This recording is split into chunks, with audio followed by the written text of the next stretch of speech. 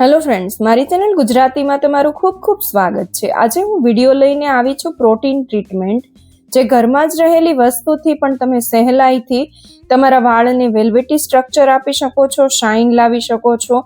અને આ એક એવો પેક છે જે તમે વાળ અને સ્કિન બંનેમાં લગાવીને ખૂબ સારું રિઝલ્ટ મેળવી શકો છો. ફેસ પર લગાવશો તો ફેસની સ્કિન પણ એકદમ વેલ્વેટી થઈ જશે અને ચહેરા પર ગ્લો આવી જશે. તો આ વિડીયોને સેવ જરૂરથી કરી લેજો, જેથી તમે બનાવવા બેસો ને ત્યારે આ વિડીયો હાથમાંથી જતો ન રહે.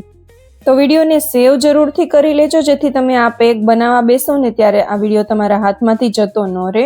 અને ચેનલ ઉપર નવા હો ને તો સબસ્ક્રાઇબ અને ફોલો જરૂરથી કરી લેજો. હું આવા નવા સ્કિન અને હેર રિલેટેડ વિડીયો લાવતી રહેવાની છું. તો અહીંયા મેં પોણો કપ રાઈસ લીધા છે. રાઈસ કોઈ પણ ટુકડા, કોઈ પણ જાતના રાઈસ તમે લઈ શકો છો. એને 2 થી 3 પાણીથી સારી રીતે વોશ કરી લેવા જરૂરી છે. તો આવી રીતે હાથથી ચોળી અને પાણી બધું 2 થી 3 વખત કાઢી લેવાનું છે અને રાઈસ આપણે વોશ કરી લેવાના છે. હવે આપણે એક કુકર લેવાનું છે, કેમ કે આપણે કામ છે ને ફટાફટ જ કરવાનું છે. આ પેક બહુ જલ્દીથી પણ બની જાય છે. કુકરની અંદર આ રાઈસ બધા આપણે નાખી દેવાના છે. અને અહીંયા મેં બીટ લીધું છે. બીટને આપણે આખું નથી લેવાનું, અડધું બીટ લેવાનું છે, કેમ કે બીટ ઘણું મોટું છે. તો આવી રીતે અડધા પાર્ટમાં ડિવાઈડ કરી એની સ્કિન કાઢી અને મીડિયમ સાઇઝના પીસ કરી અને આપણે આ કુકરની અંદર જ એડ કરી દેવાના છે. બીટ તમારા હેર અને સ્કિન બંને માટે ખૂબ જ ઉપયોગી છે. તમારા હેર છે એને શાઇન લાવવા માટે બીટ બહુ ઉપયોગી છે. તમારા વાળ ખરતા હોય તો એને અટકાવશે અને એકદમ સ્મૂથ બનાવશે. તો આપણે અડધું બીટ અને આવી રીતે નાના નાના પીસમાં કટ કરીને એડ કરી દેવાનું છે.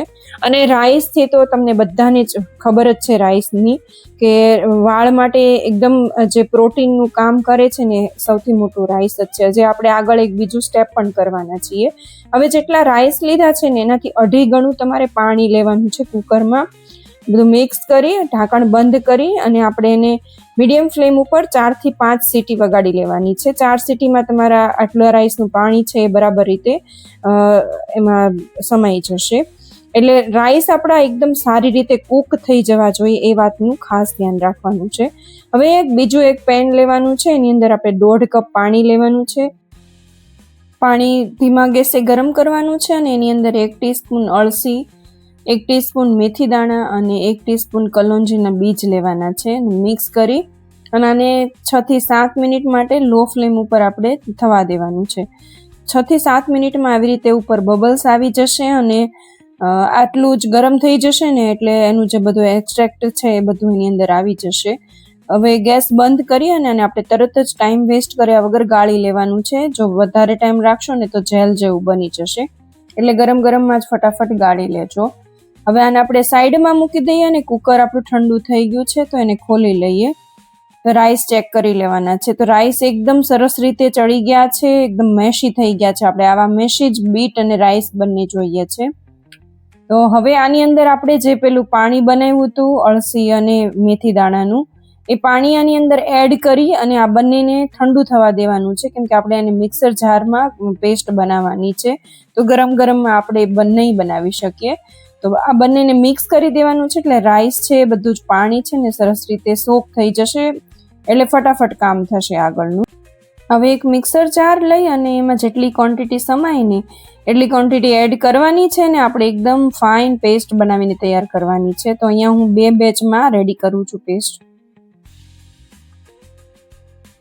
હવે મિક્સર જારને વધારે વખત ચલાવવાનું છે એટલે એકદમ સ્મૂથ પેસ્ટ થાય. જો થોડી કરકરી રહેશે ને તો તમારે હેર વોશ કરતી વખતે એની અંદર ચીપકી જશે, એટલે એકદમ ફાઇન પેસ્ટ બનાવવી ખૂબ જરૂરી છે.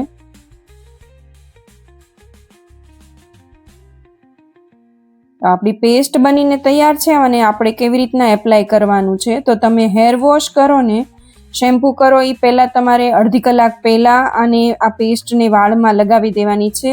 અને પેસ્ટ વાળમાં લગાવો ને એની પહેલાં તમારે હેરને કોમ્બથી સેટ કરી લેવા ખૂબ જ જરૂરી છે, કેમ કે પછી ડીટેંગલ થઈ જાય વધારે.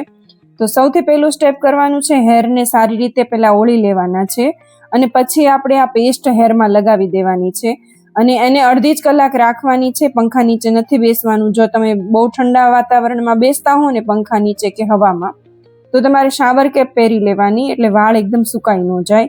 અડધી કલાક પછી હેરને સૌથી પહેલાં પાણીથી જ એમનેમ વોશ કરી લેવાના છે અને એની પછી આપણે શેમ્પૂ કરવાનું છે વાળમાં.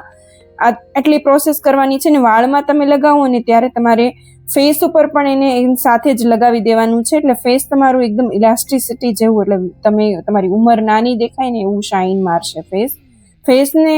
તમારે 15 જ મિનિટ ફેસ પેક રાખવાનું છે. 15 મિનિટ પછી ફેસને વોશ કરી લેવાનું છે, કેમ કે રાઈસ છે, સ્ટીકી રાઈસ, એટલે તમારો ફેસ છે એકદમ ખેંચાશે.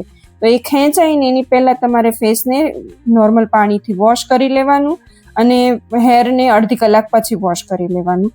તો આ 2 પ્રોસેસ તમે અઠવાડિયામાં 2 થી 3 વખત કરશો ને, તમારા વાળ અને તમારી સ્કિન બંને એક સાથે જ એકદમ સરસ થઈ જશે, સિલ્કી શાઇની થઈ જશે, ગ્લો આવી જશે. આ સાથે જ મારો શેમ્પૂનો વિડીયો છે, કન્ડિશનરનો વિડીયો છે, હેર ડાયનો, કેમિકલ હેર વગરની હેર ડાયનો વિડીયો છે, ઓઇલનો વિડીયો છે, સિરમનો વિડીયો છે. જે પણ વિડીયો તમારે જોવો હોય ને કોમેન્ટમાં મને આની વિડીયોની લિંક લખજો, શેમ્પૂ વિડીયો લિંક અથવા સિરમ વિડીયો લિંક. હું તમને બધી જ લિંક આપી દઈશ આ વિડીયોની. અને સાથે જ મારી ચેનલને સબસ્ક્રાઈબ અને ફોલો જરૂરથી કરી લેજો. તમારા વાળ અને તમારી સ્કિનની જવાબદારી હવે મારી છે, તમારી નહીં. હા, વિડીયો ગમ્યો હોય તો લાઈક જરૂરથી કરજો, કેમ કે તમારી એક લાઈકથી મને ઘણું બધું મોટિવેશન મળે છે. તો થેન્ક યુ ફોર વોચિંગ. જય શ્રી કૃષ્ણ.